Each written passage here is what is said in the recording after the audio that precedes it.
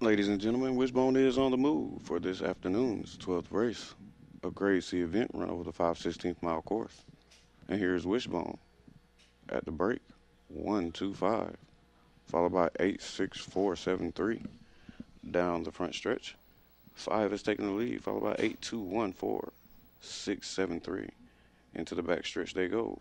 5 with a 2 length lead, followed by 285, 286. And headed into the final turn. 5 still with the lead, followed by 2, 6, 8. Behind 1, 7, 4, 3. And at the wire, 2, 5, 6, 7. Please hold all mutual tickets to the race results have been declared official. Greyhound number 5, Eames Lily. From Dark Corners Racing, Raymond Minor, the trainer, will run into place. Ground number 2, Santan.